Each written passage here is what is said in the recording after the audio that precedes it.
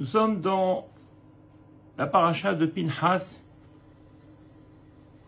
où Pinchas va avoir un acte de bravoure incroyable. Il est seul face à tous. Personne ne réagit à ce qui est en train de se faire. Il est le seul à se dire « je vais le faire ». Et cet acte de bravoure va faire cesser une hécatombe au sein du peuple juif. Et le texte nous dit que Pinchas, il était Ben Elazar, Ben Aaron à Cohen, fils d'Eliezer, fils d'Elazar et petit-fils de Aaron. Beaucoup de commentateurs nous demandent pourquoi donner autant de précision. Normalement, on donne juste le nom du père et pas forcément celui du grand-père. Il y a bon nombre d'explications qui nous sont données. Je voudrais en étudier une avec vous aujourd'hui. En fait, Elazar et Aaron représentaient pour Pinchas deux concepts fondamentaux pour avancer dans la prise de décision. Elazar, d'abord, était celui qui était responsable de porter l'huile. Pendant les pérégrinations du peuple juif, Elazar portait quelque chose comme plus de 100 kilos à bout de bras. Il était seul à porter. Où a-t-il trouvé cette force? De quelle façon a-t-il pu tenir? Personne ne nous le dit. Mais le Talmud nous dira, il avait la conviction de la mission et du coup, il a trouvé l'énergie pour pouvoir le faire. En fin de compte, Elazar est celui qui prend la force de la conviction qui est la sienne. Lorsqu'on est convaincu de l'utilité de quelque chose, alors on trouve l'énergie. On perd nos énergies parce qu'on n'est pas forcément toujours convaincu de ce que l'on fait. Donc pour Pinchas, son père, c'était le modèle de cette capacité à pouvoir tout réaliser sans avoir forcément ni les moyens, ni la force de pouvoir le faire. Donc c'était son premier modèle.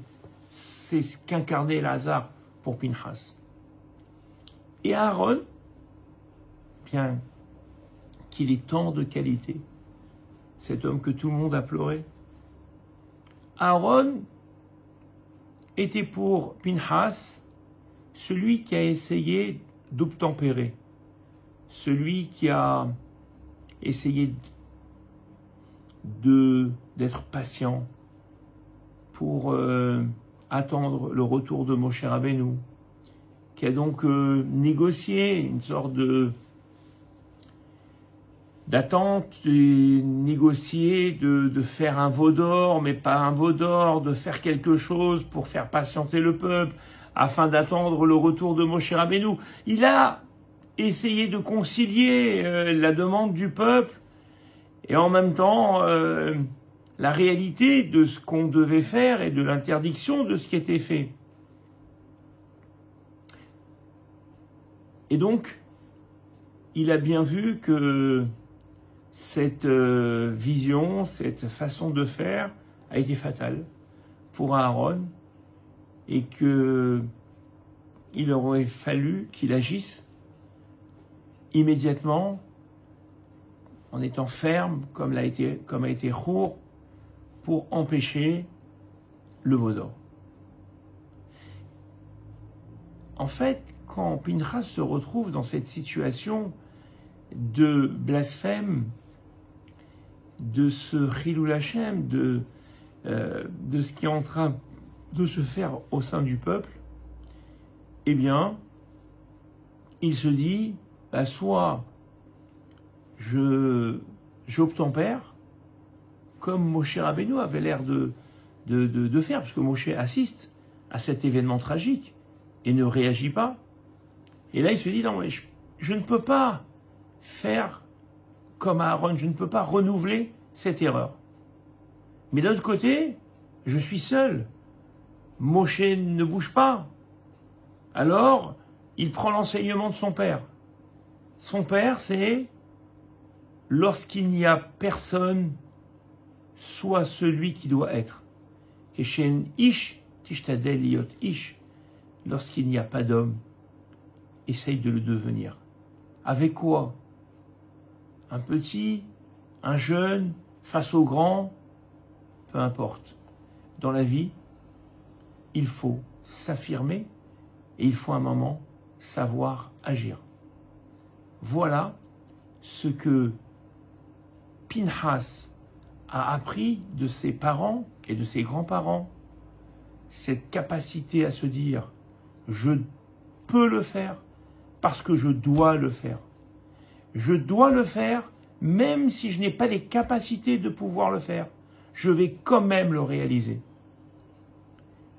Voilà ce grand enseignement que Pinchas nous donne et il est valable pour chaque moment de notre vie.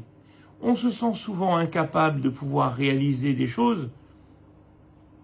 Il faut savoir que si on en a la motivation, alors on en trouvera forcément l'énergie.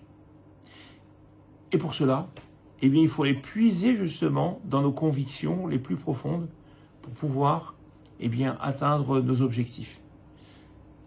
Un jour, il y avait un rave qui a survécu à la Shoah. Et on lui a demandé d'obtempérer. C'était en Amérique. Et on lui a demandé d'obtempérer un moment sur ses volontés de vouloir transformer certaines choses en Amérique. Parce qu'on lui disait qu'il n'avait pas, il était seul et qu'il ne pourrait jamais relever un défi aussi fort. Et il a dit à son comité, vous savez, si aujourd'hui je suis là, c'est grâce à quelqu'un qui s'est dit, je lâche rien. Même si la mission est impossible, je lâche rien. Et je suis en vie aujourd'hui grâce à cela. Donc personne ne m'arrêtera dans mes convictions. Et il a relevé ce défi. Le Rav Moshe Feinstein et donc a relevé un défi incroyable en Amérique grâce à sa mère. En fait, Rav Moshe est tombé gravement malade. Et sa mère l'a amené chez un médecin à cette époque en Amérique. Les gens n'avaient pas d'argent parce qu'il fallait travailler Shabbat. Et sans travailler Shabbat, on n'avait pas de parnassa, on n'avait pas de... impossible de trouver un travail. Et du coup, il vivait dans la pauvreté. Et un médecin lui dit, écoutez, votre fils, il faut qu'il prenne un médicament, mais c'est quelque chose de particulier qui coûte très cher. Il aurait pu se dire, je n'ai pas l'argent, je vais prier, et peut-être que mon fils va vivre. Non. Elle s'est dit, je vais aller à la pharmacie. Elle va à la pharmacie et le monsieur lui annonce le prix. Et lorsqu'il lui annonce le prix, elle lui fait un calcul rapide. Elle lui dit, donc ça veut dire que je vous dois 7 années de ménage. Le pharmacien dit, c'est quoi 7 années de ménage? Je comprends que pour avoir ce médicament, il faut que je travaille chez vous pendant 7 ans. Et donc, voilà, je vais vous proposer de devenir votre femme de ménage pendant 7 ans pour prendre ce médicament. Il lui dit, mais madame, dans 3 mois, 4 mois, vous partirez. Il dit, mais moi je suis prêt à signer un papier devant un notaire. Et donc, il voit la détermination de cette femme, il voit son engagement, et il accepte d'écrire de faire un protocole entre eux. Et il met donc, il signe un protocole il lui donne le médicament qu'il met dans une bouteille. À l'époque, c'était des petites bouteilles de bière, genre bouteille de bière, où on mettait le liquide. Elle s'empresse de sortir de la pharmacie pour aller donner ça à son enfant. Et en plein milieu, elle est attaquée par un clochard qui voit cette bouteille et qui veut, bien entendu, la prendre pour la boire. Et elle lui explique, c'est un médicament, je sors de la pharmacie, monsieur, mais j'ai un enfant qui est entre la vie et la mort. Et il y a une dispute, elle lâche pas, c'est la mère d'un enfant, elle lâche pas la bouteille. Et donc il la frappe, il la percute au sol, et la bouteille se fracasse. Elle est immergée de cette potion, elle est défaite. Et là, elle se dit, est-ce que je vais laisser mourir mon enfant? Et elle se relève, et elle retourne à la pharmacie. Et là, le pharmacien la voit en lui disant, mais madame, vous êtes venue pourquoi? Et elle lui explique. Et là, il lui dit, mais madame, vous avez vendu cette potion. En fin de compte, vous ne travaillerez jamais chez moi pendant cette année. Vous m'avez inventé une histoire. Vous avez vendu cette potion. Et maintenant, vous voulez faire de l'argent sur mon dos. C'est une honte, moi qui vous ai fait confiance en signant un contrat. Et elle lui dit, je vous assure, mais regardez mes habits. Et là, effectivement, il regarde les habits et il sent une odeur assez forte. Il s'approche d'elle et lui dit, madame, c'est une catastrophe ce qui se passe. Et elle lui dit, c'est quoi la catastrophe? Il lui dit, je vous ai donné le mauvais médicament. Madame, je risque la fermeture de ma pharmacie si vous me dénoncez. Il dit, mais comment pourrais-je vous dénoncer alors que vous avez tenté de sauver la vie de mon fils? Il lui dit, non, mais vous allez signer un papier maintenant, comme quoi je ne vous connais pas, je ne vous dois rien, vous ne me devez rien, je vais vous donner le médicament et vous me promettez de me laisser tranquille. C'est ce qu'elle fait, bien entendu, avec joie. Ce médicament va sauver la vie de Rav Moshe. Et en fin de compte, grâce à quoi? Grâce à la détermination de quelqu'un qui n'avait rien, mais qui avait la volonté de sauver son enfant. Voilà cette grande leçon qui doit nous accompagner tout au long de notre vie. Nous avons les énergies, nous avons la force. Ce qui nous manque, c'est la conviction. Alors essayons, pendant cette période, oui, de continuer à espérer au quotidien, à la reconstruction du Beth Amikdash, à cette possibilité de nous entendre les uns avec les autres, car cette reconstruction ne viendra qu'à travers notre union. Alors, sachons qu'au-delà de tout ce que nous pensons sur les uns et sur les autres, que tout est possible si on se met à espérer.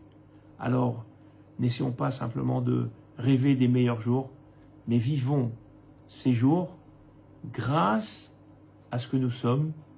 Avec ce que nous sommes, nous serons capables de tout transformer et d'amener le meilleur à nos familles, à nos communautés et au Ham Israël.